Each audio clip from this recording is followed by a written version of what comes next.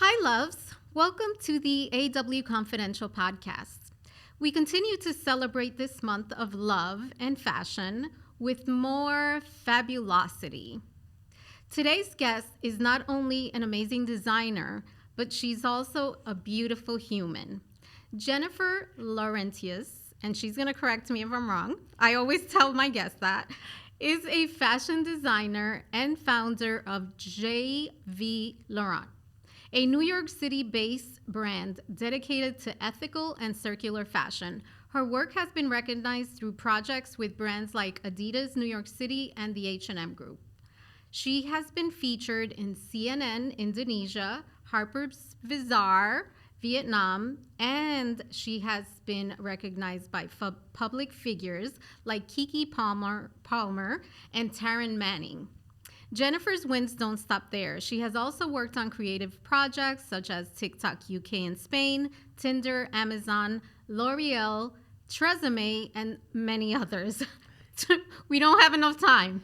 Recently, she was certified in human rights education and remains committed to the driving real change through designs in our community. Hi, Jennifer. How are you? I'm great. Thank you for having me here. Oh my gosh, Super excited. Thank you for being here. You're doing so much amazing work. Thank you. And it's not just design. It's also you're passionate about social justice, which we will get into. We love fashion. I love fashion. And we love seeing the incredible creations on the runway, the award shows, television, film, on the streets of cities like New York, of course.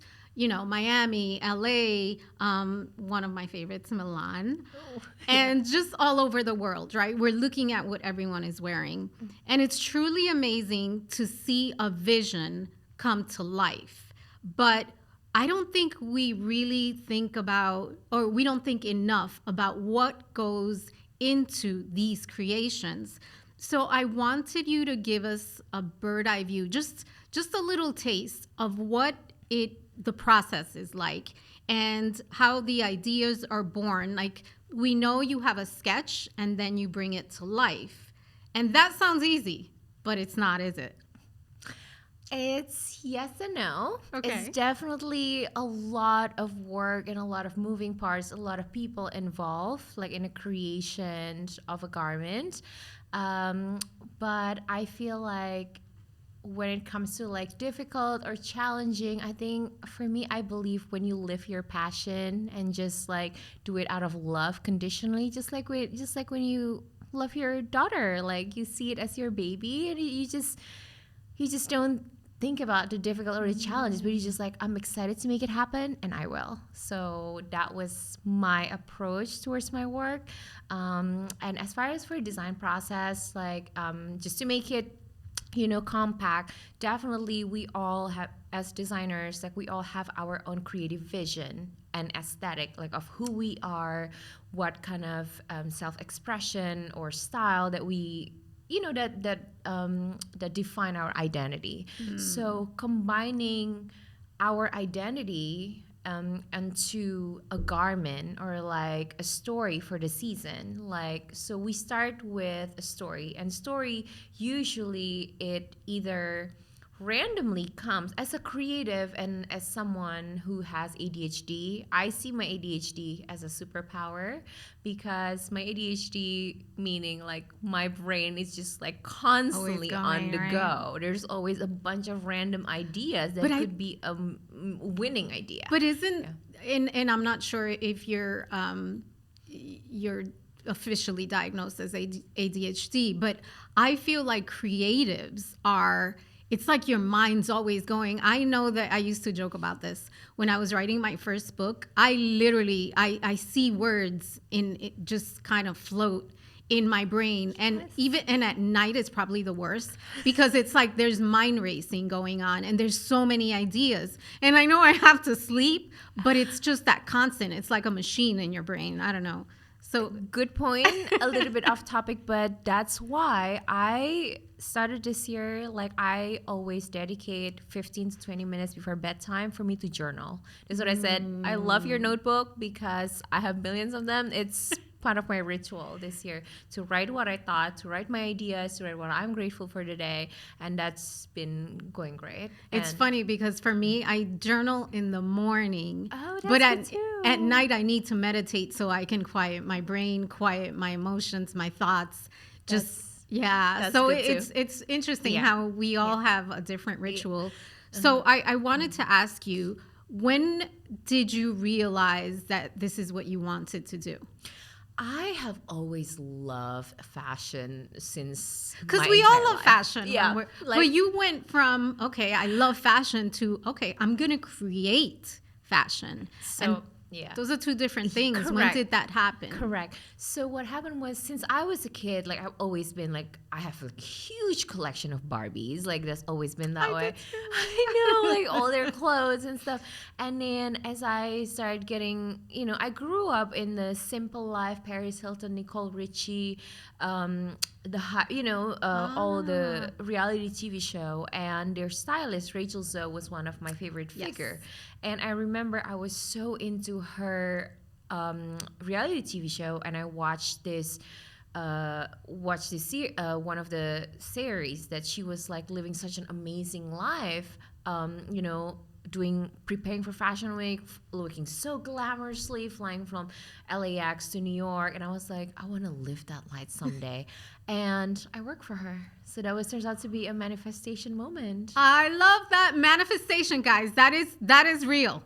Yeah. So often we see this success and we see, everything that someone has accomplished, but we don't really appreciate what happens behind the scenes. What has it been for you to pursue this career? Maybe share, if you can, just a major hurdle that you've had to overcome. And I'm thinking of, fashion in general or creative in general. There could be, a lack of belonging in a space. It can be personal sacrifice. What has been? Can you share maybe a moment when you felt this is a lot? It's a lot. There are a lot of moments, like if I can just like narrow it down, there's always like moments where you feel like there's a constant pressure to be perfect on everything that you do, and because of the trends with TikTok, with Instagram, with influencer, with fashion, like you always have to move on to the next one super quick, and creating beauty, creating art, it's really not that quick. Like it's back to like part of the process of creating a collection. It's not just ideas. You have to process it, you have to feel it in your heart. How do I want it? There's a lot of emotional work involved. And to answer your question, yes, I am diagnosed with ADHD and bipolar, and that makes it even more challenging, but we're trying to navigate that. And You're amazing. And for that, I'm trying to use all these unique qualities that I have as a strength instead of as a weaknesses. So. Your superpower. My superpower. That's the right word. That's a perfect word. And I'm trying to tell all my friends the same thing. Well, I'm very proud of you. I think you're doing an amazing job. And thank you. I think one of the hardest things to do is quiet the noise that's around us. And you do a really great job because you have been through a lot. Thank you. And thank you. And that's why this kind of space, like of us supporting each other, creating safe space between each other, and like my ritual on like journal and well-being, it's something that I want to stay forever because it's been working for me. And I think everyone should try that too. I totally agree. Yeah. That and my therapist, those are my, that's part of my dream team. Yes. But yeah. So there's a lot, like you said, there's a lot of work, persistence, that goes into what you do, what we do, right? Mm-hmm. But there's also this relentless desire to be the best at whatever you choose to do, whether that's fashion or podcasting or writing or whatever it is. And there will always be parts of the journey that are pure euphoria and joyful, and you feel like you're on top of the world. But there's also a lot of pressure, there's a lot of disappointment, there's a lot of stress, And with all that, I do, and I don't use, I almost used the word failure when I was preparing, but I don't believe in failure. But failure I is believe in part of in success. lessons. Right. Correct. Absolutely. Love that. So I do want to get a little real because I know for myself as an entrepreneur, it's all too consuming. And I know that literally, I'd say a week, I think as recent as probably a week or two ago, I spent the entire day editing, writing, creating, prepping. I didn't eat all day. And I was like, oh my God, it's 10 Entrepreneur o'clock. life. I had an espresso today, but I haven't eaten. Entrepreneur life, right? So with that, just kind of forgetting to take care of yourself. Sometimes I have to add there's a lot of rejection. And at the same time, there's very high expectations, not from others, but yourself. Correct. So I've had to really stay present and be conscious of my mental health. Absolutely. Because it really has moments that it's been impacted. Absolutely. If you don't mind, can you share a little bit about your mental health journey? Because I know for me, I've had to resort to the journaling. I have a therapist. I've had her for a really long time. I love her to death. I love that. And I'm real about it because life is hard. And when you have these passions, these dreams, I think it's twice as hard. But I think it's worthwhile. Yes. But it's also important to share that the journey is really, it's hard. Yeah, because we all facing and experiencing the same thing. So many times, like in the darkest night, when you have to work alone, like what you said, oh, you're so occupied, and that happens to me too. And you forget about things. You just feel like, oh my God, it's 10 p.m. where I'm still working on this while everybody's probably going out. Like you feel that way, but turns out when you start talking to someone like me, and it's like, no, I am like that too. Like, Yeah. you know, and it gives you a sense of like we're holding hands together, we're in the same boat, and it gives you strength, you know. I'm a big believer that anything that's worth doing is like worth having sacrifice. Like that's what sacrifice is about. Like you're sacrificing something for something that's worth having. So I already know anything that's worth having has a cost to pay. Absolutely. Yeah. Well, thank you for all the work that you're doing. Thank you. And thank you for having me to share my story. So one of the things that I love to do towards the end of the interview is ask for our guests to offer a quote, mantra, piece of advice.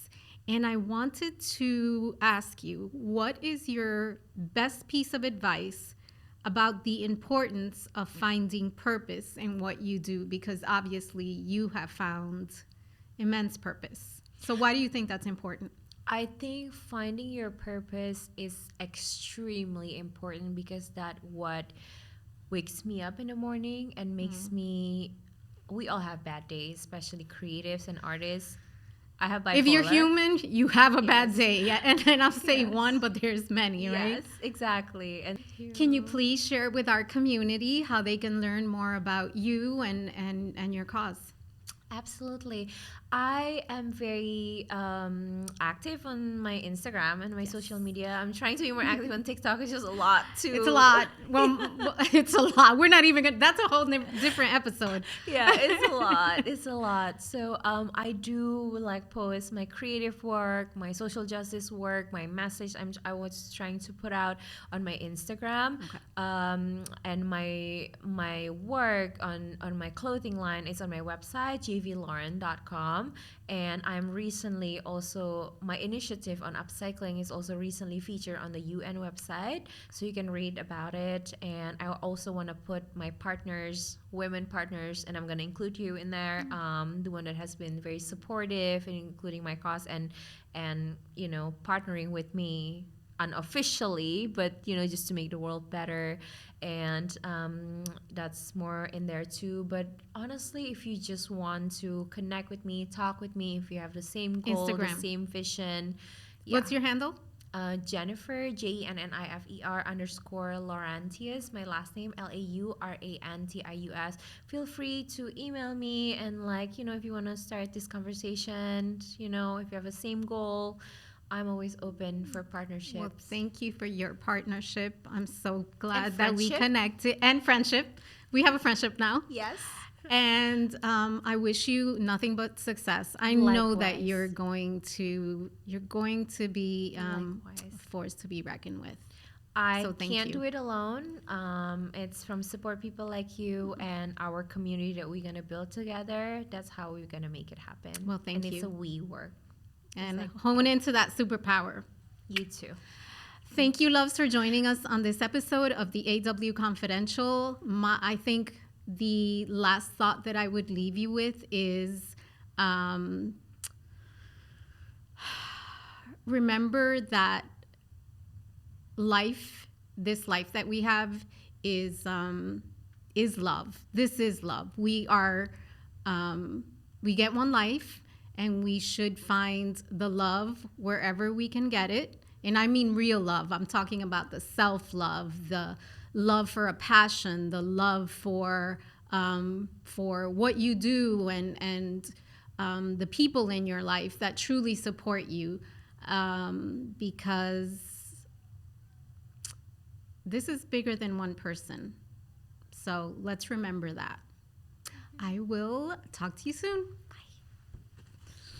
Whew, that was hard not to get emotional right there.